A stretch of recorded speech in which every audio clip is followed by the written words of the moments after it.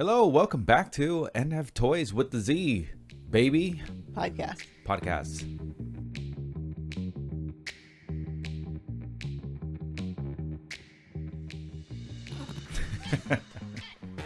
This is what happens when you don't do the podcast for a week. For a week, yes. But we're back. We're back. Hopefully, maybe more consistent. I think we both felt a little burnt out a little bit. We were pushing too hard. We tried to do every weekday with the podcast, and that did not work. But at the same time, we were launching the Sausage Party Club NFT. So it was just like, and on top of that, all the other stuff that we're supposed to do. You sound like a Wookiee. I can hear. Maybe that would be your next drop. Many talents. Wookiee NFT drop. And then you'll get sued by... you can't do it every time, but Disney. I don't know who owns it nowadays. Star Wars? Disney now? Oh, okay. They own everything. In fact, they probably own Star me too. Wars land at Disneyland now. That makes sense. That we haven't seen yet. Yeah, they did purchase it, the right to it, maybe 5 years ago, something like that. Anyways, back to the NFT world. This episode's gonna be more or less our NFT world for this episode. Yes, it's gonna be what we're up to. Well, not what we're up to, but what we were up to, because this is gonna be a post. Technicalities. It's gonna be a post-mortem, right? Is that how you say it? Well, yes, it's a post-mortem, like the modem on your computer. Post-mortem. Mortem. Do you actually say it like that? Post-mortem? Anyways, it doesn't matter. It's going to be a review. Post-mortem. It's going to be a review of what happened, what we did, what went right, what went wrong. A retrospective is what it is. There we go. That's better. That makes a lot more sense for me to say. This is what happens when you get two tech people in a room. Yes. A project retrospective. So that's what we're going to be talking about today. About our Sausage Party Club NFT, which the last time we spoke, we had not yet made it available for minting.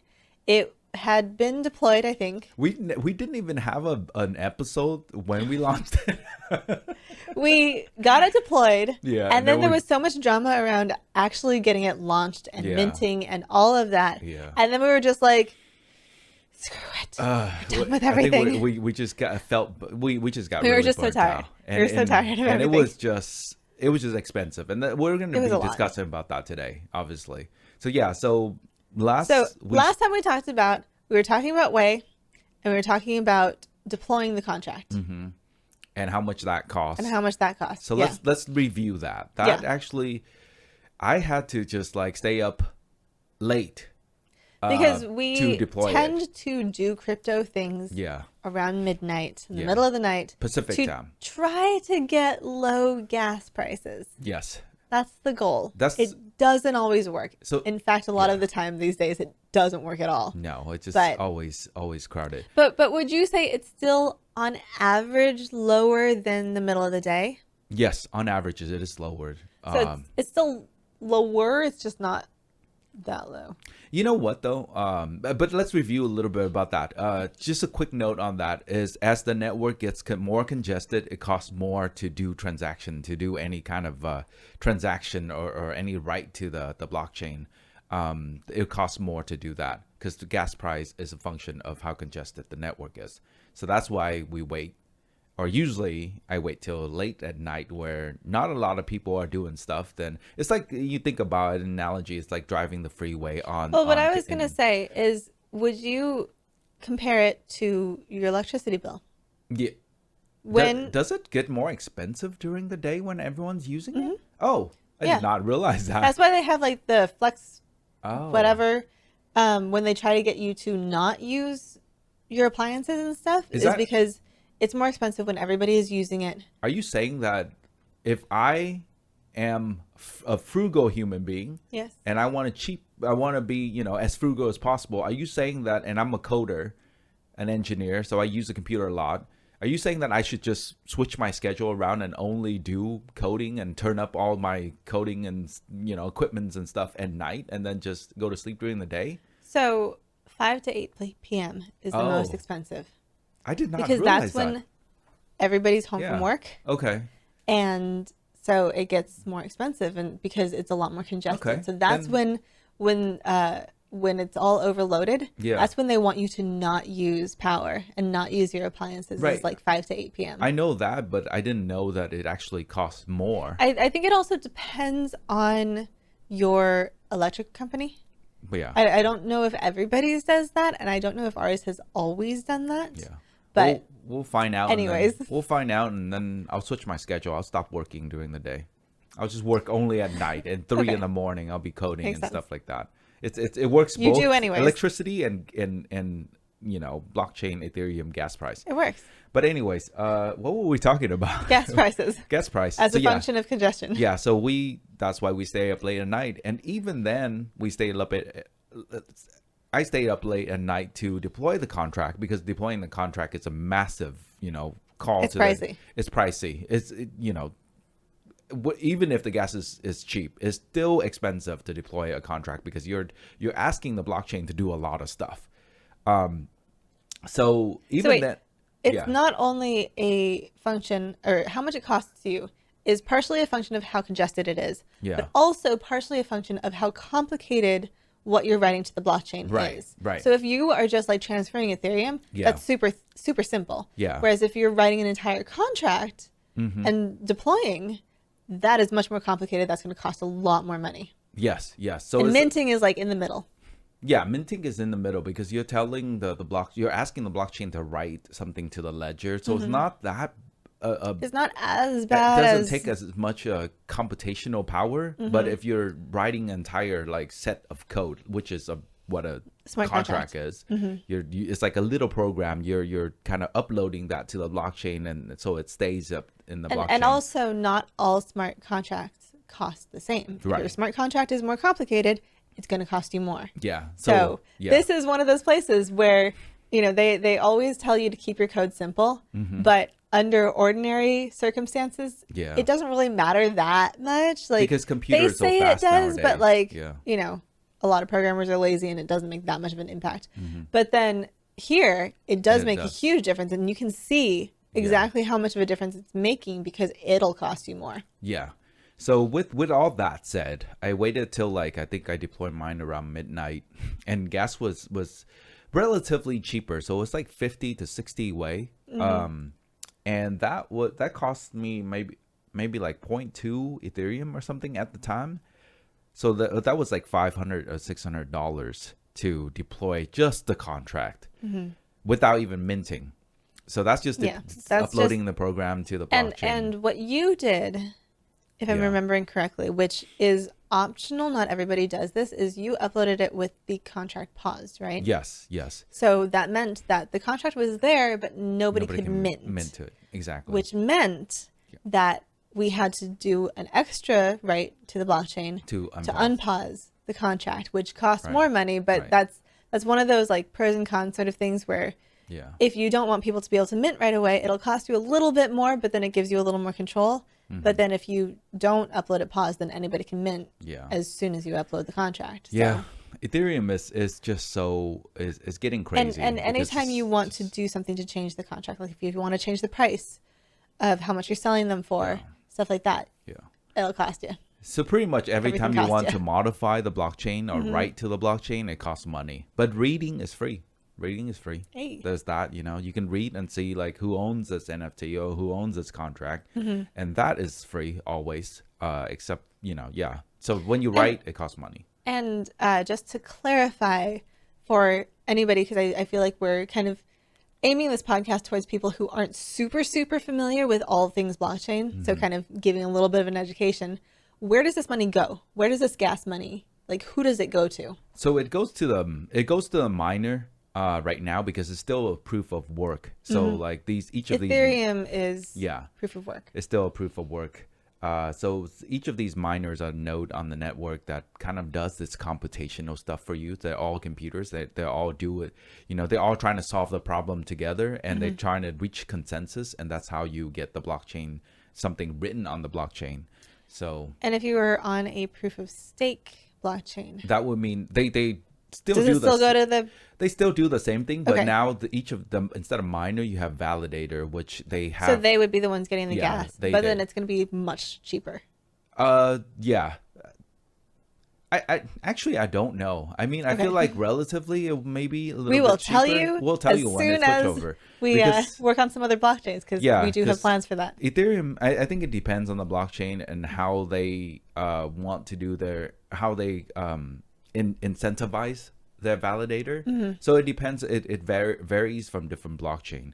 As far as with Ethereum, I'm not exactly sure, to be honest. I have to look it up to see if it actually, when it's switched to. I know when you switch to proof of stake, it's better for the. It's supposed to be coming down the line for Ethereum. It's better for the planet. You know, it's not because you don't have all these computers running these together. Reach consensus. It takes a lot less work because it's not proof of work anymore. Yeah, it's just proof of stake. Like whoever has a lot of stake in it, they are they are incentivized by doing the right thing. Otherwise they're gonna get dinged on it and they'll lose partially part of the stake. I'm just sidetracking this episode all over the place. I know. I'm sorry, but I have a lot of questions. We're supposed to be talking about my sausage. So when we'll get there.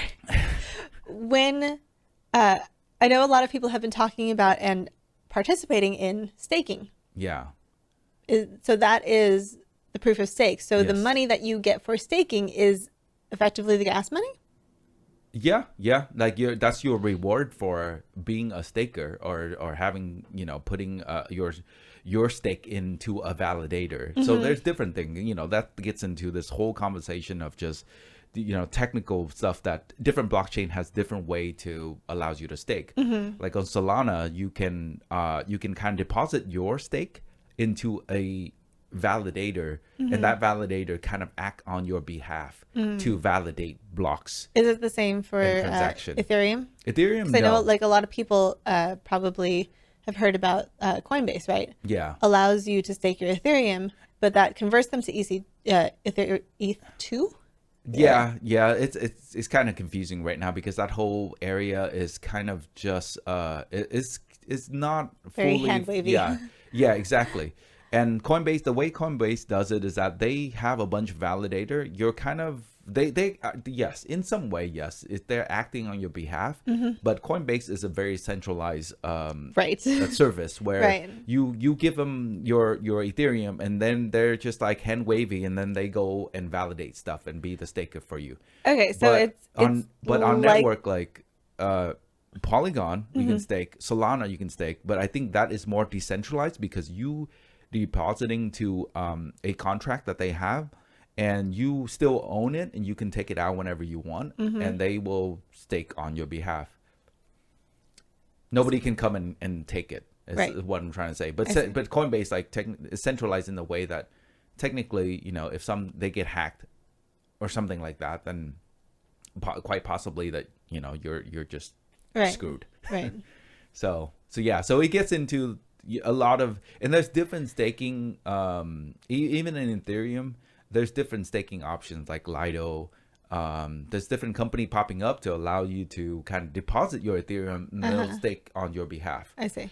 I feel like most of them don't really. I think Coinbase is the only one that allows you to do the staking on Ethereum in the US for US customer. I see. I think I try to, just to play around with things, try to check out Lido. And I don't think, unless I use VPN and say that I'm in Canada, they kick me out of the website. I see. So I don't think it's open to US. I could be wrong. This is like because we've got 2 all months sorts ago of I checked. regulations and shit. Yeah. In the US is, and if you live in New York State, you're just, majorly screwed. Oh, is it even worse? It's worse. It's like a little bubble of regulation stuff that, like even if you live in New York and if you're on Coinbase, there's certain things you can't do and you can do. It's like, it's yeah. Did I say Coinbase?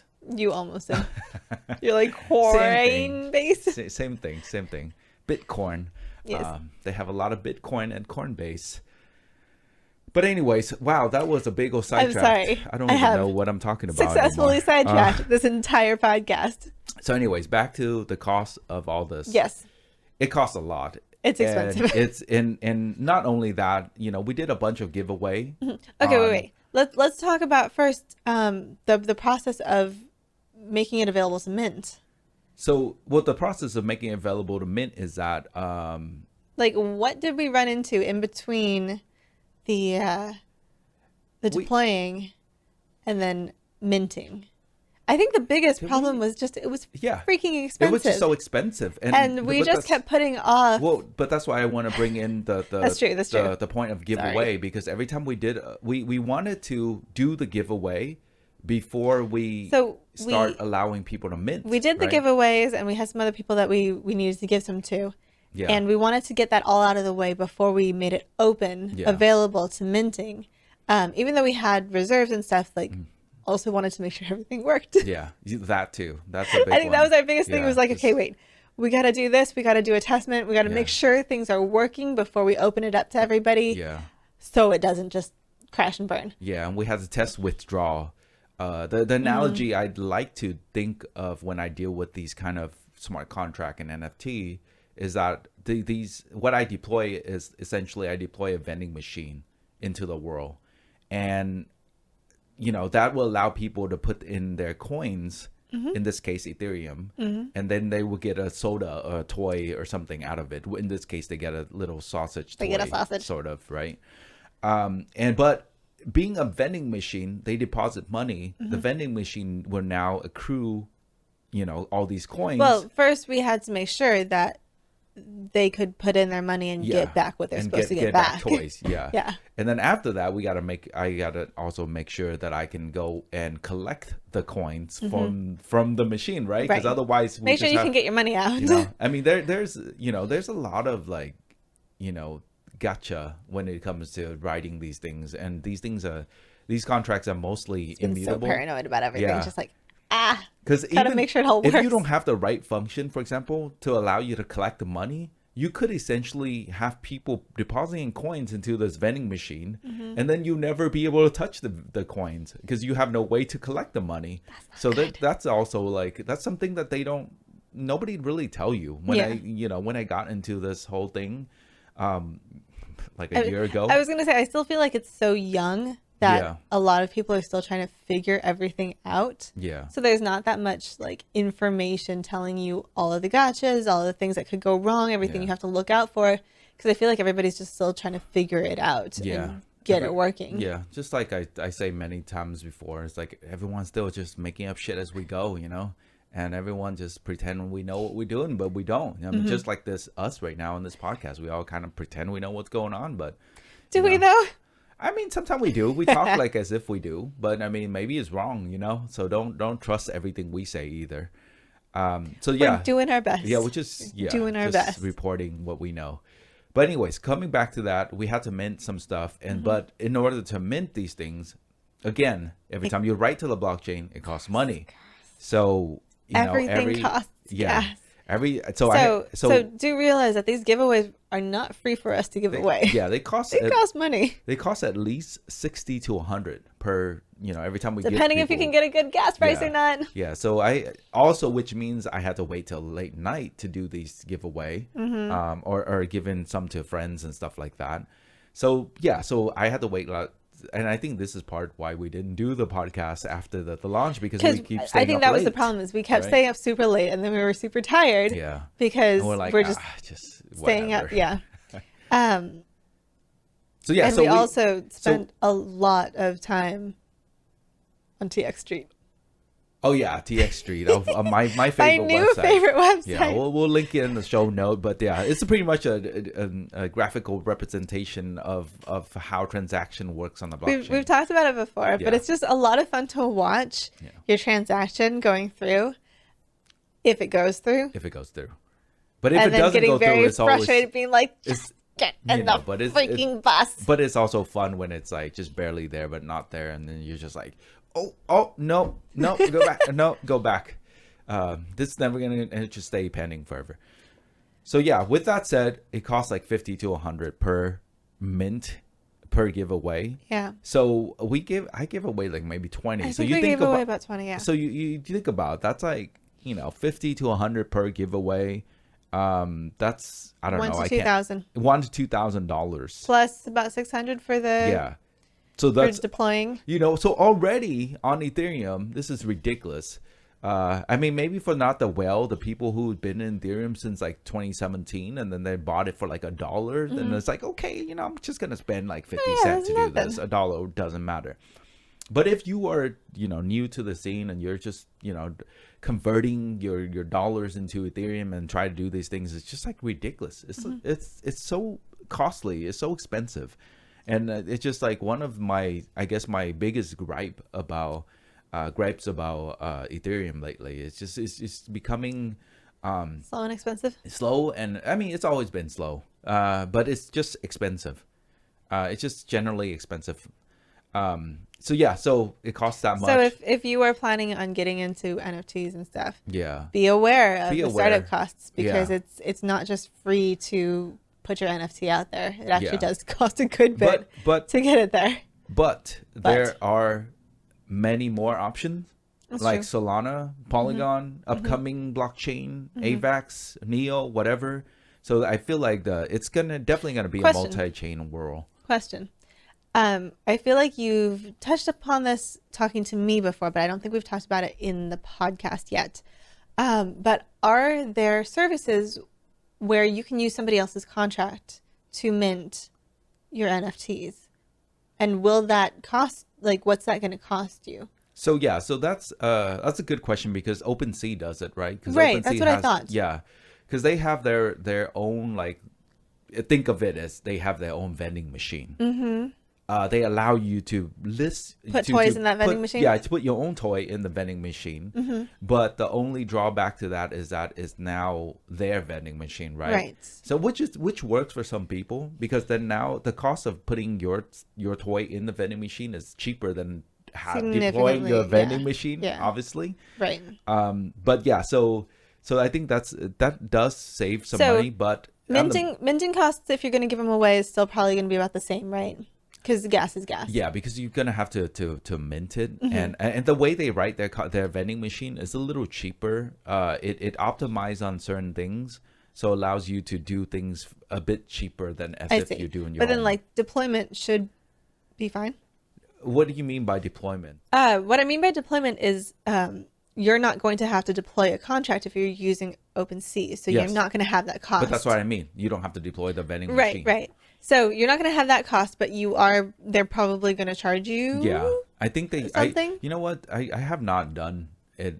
I've not go through that route. I just kind of wanted to touch on it. Yeah. To let people know that is a potential option to look into if you don't want to do the coding of your own contract, if you don't want to, worry about the startup fees of your own contract.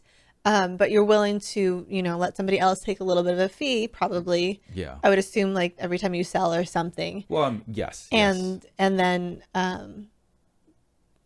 be able to have your NFTs with a different cost structure. Yeah. Well, and also I think it comes down to branding, because, some people do value the branding of, like, oh, do you have your own vending machine, so you're legit, so you can sell like these. If you're like everything, have your own collectible, everything we do can be tracked back to NFToyz. Yeah. So it comes from the NFToyz wallet. Yeah. And as opposed to just anybody can put anything on OpenSea. It's just an OpenSea NFT. It's like, think of it as like a Walmart. Mm-hmm. And having our own vending machine is like having it's like the generic grocery store brand. Yeah. Yes. Versus I don't know. Like us, it's like a boutique. You know, think of like a boutique. You find it on like a beach walk, place where you go and it's like, I don't know what's all this. It's oddly specific, but okay. I'm just thinking about these really costly brand on these, So we are Prada. Yeah, something like that. You can think about it like that. And OpenSea is Kroger. Exactly, and you're not gonna find Prada. It's gonna be hard to find Prada in Walmart. For example, there's nothing wrong with Walmart, but you know what I mean, though? Exactly. Yeah, exactly. So that's I think we derail it again.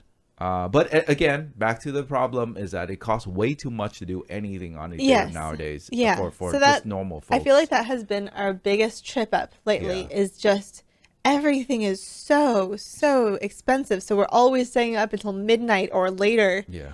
Just trying to get things minted or transactions happening. Yeah. But on the good news side of things, we sold for some weird reason we sold not weird. I think that the sausage are okay, adorable. I think they're really cute. We've just done zero. So that's promotion what I want to and marketing touch on too. Is that all these projects, just like with any art project, any game dev project, any kind of project where it's like this, it all comes down to who knows about, who heard about, who's doing the marketing, who's shilling it. If you have all that, it doesn't matter the rest. You can sell pixel dots and make, like Pretty people much. on Ethereum right now selling, or last week, the hype was like these ether rocks. They're literally like a useless little image of rocks that with different shades of blues. And they sold for, I don't know, $100,000 to $500,000, something like that. So it's just about who knows about and who's hype about and who heard about. And we did zero hype. And we have nothing. We have no Discord. Yeah, we have no Discord. We have no. We have no connections. We barely have a Twitter presence on it. Barely. Yeah, barely. We tweet speaking of that, we should tweet more on it. But yeah, so I think that's what it comes down to. But I think it was a passion project, and we knew coming into it that we did sell 9. We did sell 9. They were 3 different people. Yeah. So only 3 people have bought from us. Yeah. But we did sell 9. We sold 9. And everybody that we've talked to who has gotten a sausage thinks it's really cute. They're adorable, yeah. But it's just we got no hype. We got no, people making memes about, and that's all it is in crypto right now. Are you saying I need to become a meme factory? Yes, you need to just pump out sausage memes all the time. I don't know who even follow you that care about it. You might lose like 1,000 followers in one day. You might lose. You might go into the negative. Me or the sausage? Oh, the sausage. That's true, huh? But doesn't even have 1,000 followers to lose. I thought you meant you. It's got like 24 followers. I know. Oh, that's better than I thought. I thought it was like maybe 12 last time I saw. It's doing okay. It's growing. It's growing. Think about it. It's like we double. That's in last week. Great. You talk about it in that sense. Amazing. It's great. It's like penny stock. It's 2 cents now. It's great. If I only it's doubled. Yeah, it's double. It's 100x. I mean, 500%. Yeah. But anyways, so back to that, we sold a handful, but I still don't think it offset the cost yet. I don't think we've made back our costs yet. But it's okay. Like I said, I think it's a fun project. We learn a lot from it. We did get a ton of relevant experience from this. Yeah, we got a lot of experience from it. The best experience I got out of it is I do not want to launch another one on Ethereum because it costs so much. But speaking of that, we have more project on Ethereum. We do, yeah. But I want to, and speaking of that, that's the biggest problem is that we have no user base. We have no one knows about us. It's so hard to kind of develop, design, and go out there and talk about. So sub to our podcast. Right? And sub to our podcast. Go mint it. It's on sausageparty.club. Go mint a sausage. But yeah, in future episode, possibly the next one, we're going to start discussing about what we're planning on working on next. We've got a lot of plans. Yeah. And we've got a lot to talk about. And we've got a lot of industry stuff to talk about too. Yeah. So we should be doing this podcast a little more than once a week. Yeah, we should. But depends on if I stay up late to mint some stuff or to deploy more random things. That has been your other problem though. Yeah, because I feel like there's been other things that he's been like, but I want to mint this. But I gotta mint this. We'll definitely talk about that next episode because I think that's another can of worms. We gotta shill all his bags. Not so much shilling it because I don't really care too much about shilling it, but I think there are some potential. I think I look at all this as just because I don't like to look at all this as a way to make money because all these can go to zero. There's potential, but it's definitely not a way to make money. Yeah, I mean exactly. Wait, why do you give me that face? Are you saying that's not? But I'm making fun of you. Oh, but I know, but. I don't want to think about like that, right? Know. Because then you think you go into that and you're gonna become out disappointed, like the also sausage. Because you're the worst. You're the worst investor, and you're never gonna sell. I know. I'm never selling. Like all these things I minted. I'm just like, I only got like one. Yeah, boy cannot ever be a flipper because he's just like, but it's mine. But it's mine. It's so cute. Or this is me. It's special. This is me. I'm never gonna lose it. I'm never gonna give it away. It costs $1 million. I could sell it for $3 million. Question. I don't want to give it away. I don't want to sell it. If it wasn't going to cost you so much in gas, would you mint every single one of your sausages and just be like, mine? I would. They're like my babies. They're like my 10,000 or maybe 9,000 something. This babies. is why his ox, the crypto ox, are priced so high is because he doesn't want to sell them. Why sell them when I can just hoard them? Just think about it, Allison. I know. I'm a hodler. Hodler? Hodler. I'm hodling. You're more like hoardling. Yeah, that's true. That's true. Even though you're like a dragon. Yeah. You are a crypto dragon. I am a crypto dragon. You're an NFT dragon. That's going to be my new pseudonymous. I'm going to be launching a lot of projects on that. Oh, no, I've already doxed you. But yes, so... we got a lot to come. Yeah, a lot to come. A lot to come. What started out as me wanting my own profile picture and too cheap, too frugal to mint any or buy any. I made my own 10,000 profile. Now I have my own profile picture, and a few other people. He may be the only person with that profile picture. It's okay. It's me. It's my work. I'm proud of it. He's a sausage. Even though we make no money from it, but I'm proud of it. Maybe one day we'll We'll keep talking about it. We'll keep tying it into our other projects. Other project coming maybe along. Someday. Yeah. All of those 10,000 sausages. It will take over the world. Out of the 29 have been minted so far. But yeah, future project. I'm gonna figure out some tie-in. So like, if you're a sausage holder, you get it for free. For example, there will be things if you want to buy a sausage. Yeah. So go mint them on Sausage Party now before sausageparty.club before they're all gone. Please give the full URL before they're all gone. Maybe tomorrow. Who knows, right? You never know. Who knows? They could be all gone. Who knows? Tomorrow. By the time we get this podcast out, you can only find them on secondary market. Who knows what sausage hype could happen? Yeah. Could be I don't know, a sausage party for some, I don't know. We'll see. I'll keep shilling it too. I'll just start spamming people on Twitter again. No, but anyways, worked out well. Anyways, it was a good experience. Got a lot of experience in drawing. I know Illustrator so well art, now. Yeah, you really leveled up as an artist there. Now. We got experience deploying, contract, minting. I feel like this was a big level up experience. Yes, we've leveled up in a lot of ways, and yes. So now I'm ready for more move projects. On to the next project. We got more coming that we're already working on. So stay tuned. We'll talk about it. Or follow us on NFToyz with the Z on Twitter to get more updates. Follow me at Fusun and you at Sushi. But I don't know if you post anything about not much. But you will soon because I have a bazillion other projects that I'm not even posting about. That's true. But yeah, just follow us on social media, or just sub to this YouTube channel. Sub on podcasts. I don't know what people do on podcasts, but do something. Yes, go mint those sausage, and we'll discuss more about the sausage and the future project. Bye-bye.